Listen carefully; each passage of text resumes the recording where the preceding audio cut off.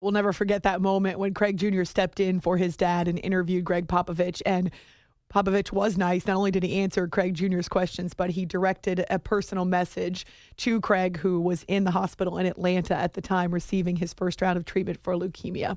It's After Hours with Amy Lawrence on CBS Sports Radio and CBSSportsRadio.com. That audio courtesy of TNT. I had a chance to catch up with Craig Jr.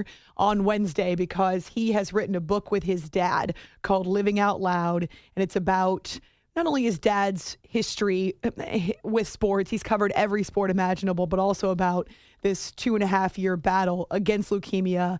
It's now back for a third time, and Craig was gracious enough to spend 20 minutes on the phone. I started out by asking him the most important question, which was, how is your dad doing? Well, he's been through 3 transplants in a 26-month period. So I think going through 1 is a challenge. Going through 2 in a 5-year period would be a challenge, just because you still need time to recover. And I mean, you really are. You're starting over. Those chicken pox shots you got, the measles shots you got in elementary school, you have to get them over again when you get a brand new immune system. So he has had to start over 3 times back to back to back. So this third time, it's really tough. But I mean, we're just taking it one day at a time and just being there for him, and have the best doctors in the world looking over him, and just thankful to still have him here. When I first saw this book show up at work, Craig, my thought was, how in the world did you and your dad have an opportunity, the chance, the energy even, to write a book when he's going through treatments for leukemia? I've only been through about half of it so far, but it's already made me laugh and made me cry. So I'm glad that you did write it, but how did the whole thing come together? Well, actually, on my case, I got an assignment right before it to write the Falcons' 50th anniversary book with Arthur Blank. So I was so excited. I'm like, oh my gosh, I'm writing my first book. And then my dad got leukemia for a third time. That April, we did the HBO Real Sports special. And then they came to us right after that and said, do you want to write a book? And so, I mean, I kind of looked at him, and my dad's someone that doesn't live in the past. It's not that he doesn't like to, it's just it's not his frame of mind. He is focused on the fun ahead. Like, his excitement is built on looking forward to things, which is, I think that's what's been so important to his battle, just looking forward to returning to the sidelines. And so when we sit down and write this book, I mean, we didn't know what was going to happen. I mean, I didn't know if I was writing his memoir. He didn't know if he was writing his memoir. We didn't know anything. But then we just started writing, and next thing you know, he's getting awarded at the ESPYs, and he's getting to throw the first pitch out at Wrigley. And, I mean, it was absolutely amazing because this was written in real time. It wasn't something that was – it's an unbelievable story, but we aren't writing it in hindsight. We wrote this unbelievable story that unfolded as it was happening. And I think that's just what is so, I mean, I'm just so grateful for it, for one, but two, it really is amazing. And I wanted the book to be unique. I wanted it to be a positive story. My dad obviously did too. And it turned out to be something that is really special to the both of us, and I know the whole family. The title of the book is Living Out Loud. For you, for your dad, for your family, what does that mean? I think it's just the way my dad is. He's unapologetically himself. He's not perfect, but what he is he appreciates the moment. He wants to enjoy his life. He wants to be himself. And I think you can see it when you watch him in his element, which is on the sidelines. And sports can be a stressful environment. There's a lot of pressure on these athletes, a lot of pressure on the coaches. Fans go through the ups and downs. But you have a guy that it doesn't matter if he is going to the game for a quarter on his way to the airport just because he wants to be there. It doesn't matter if he is driving himself from Houston to San Antonio with a chemo bag attached to him because he wants to cover a playoff game. And it doesn't matter if it's the biggest game of all time. Every game is important to him. And I think you see that with him, and he's just always himself. So everyone else is sitting there trying to be the best version of themselves in such a competitive environment. And you have him show up in his suit, and like you can just tell that he's being himself. And I think it's something that the players appreciate, and it just makes the environment more fun. Well, he definitely is unique. There's nobody else on this planet like your dad, to be sure. Craig Sager Jr. is with us here after hours with Amy Lawrence on CBS Sports Radio. So let's talk about those suits. How did that get started? There's a part in the book where you talk about being in his closet and trying to pick out something appropriate to wear for the game where you would interview Greg Popovich. Where did all these suits and that style come from with your dad? It's a question that I've wanted to have an answer to for a while, but I feel like everyone else says, what is he wearing? And my mindset has been, what is he going to wear next? Because I have seen it evolve over time. It didn't start at this level. It started with, I noticed his ties were becoming a little more colorful. And then next thing you know, it's the jackets. And then it's like, okay, now he's wearing ostrich belts.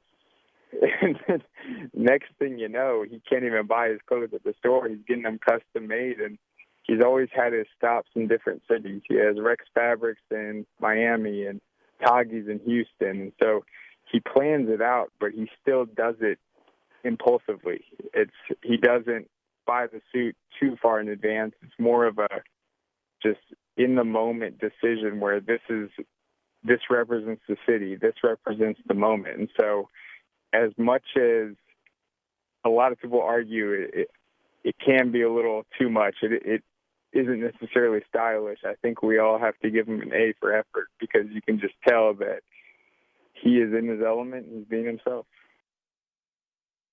There is a struggle that you describe in the book from when you first found out that your dad had leukemia, and you didn't know whether or not to tweet about the fact that he was starting treatment for this leukemia. And you share about your struggle and how you went back and forth, and you finally put that tweet out there. And we know how social media works. Once you put something out there, you can't take it back.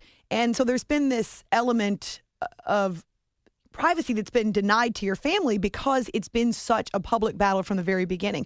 So what has that been like for you, for your dad, for your whole family to live this out in the public eye as your dad struggles with this disease? It's so crazy how it all played out because I was so confident that he would be able to make a difference. But I also knew how important his job was to him. And I didn't want that to be taken away. And I didn't want the playoffs to start because we found out he had leukemia on a Thursday. The playoffs started on Sunday. And I kept picturing in my mind the playoffs starting, him being in the hospital, people on social media, people on Twitter asking, where's Craig Sager? And then it's just, oh, he has leukemia. It felt so sad to me. And I didn't want that. And so I tried to rationalize it to myself and just say, you know what, like, this might get him support before the playoffs. This might get him like a tribute. This might get him something. And so I sent the tweet. And the next thing you know, I go in the next day on that Friday to check him into his first day of chemo. And Popovich is on the phone, and they're asking if I want to go to San Antonio and do a taped interview. I get to San Antonio. I get ready to do the taped interview. Popovich says, no, we aren't going to tape it. Let's do it live. And so then now I have a tribute to my dad that was Popovich's idea. And it's like, oh my gosh, this is a big moment. This is what I've dreamed of my entire life. And then to do that, and then to find out a month later that you are a match and you get to save your dad, it's just, wow. And you ended up being able to do that twice. Of the 3 times that he's had the stem cell transplant. And you talk about that a lot in the book and also about that national TV debut and you taking your dad's place. And he writes about what that meant to him. And we all watched. It was such an amazing moment at the end of the third quarter when you stepped out there and you stood next to Greg Popovich. Was he as scary as he seems? No, he might be my favorite person in the world, honestly. And it's just, that's one of the things. Was I nervous during that interview? Absolutely. I had every reason in the world to be nervous. But the one thing I wasn't nervous about was him, because I knew it was his idea. And I think that my biggest challenge once that interview started was to stop smiling. And I had to catch myself and ask him how he was doing, which you won't see in too many interviews by professionals. But, I mean, I was just so happy to be out there doing it. And I can't thank Popovich enough, because that moment right there really jump-started something for my dad, something for me. But also I think it was a huge factor in just getting the league-wide support that he's gotten. And I'm telling you, I mean, we are making a difference. Cancer it's a battle that is not getting any easier, but we are making a difference. It's also a battle that touches everyone's life. There isn't one person on this planet that isn't touched by cancer in some way, shape, or form, whether personally or in their family.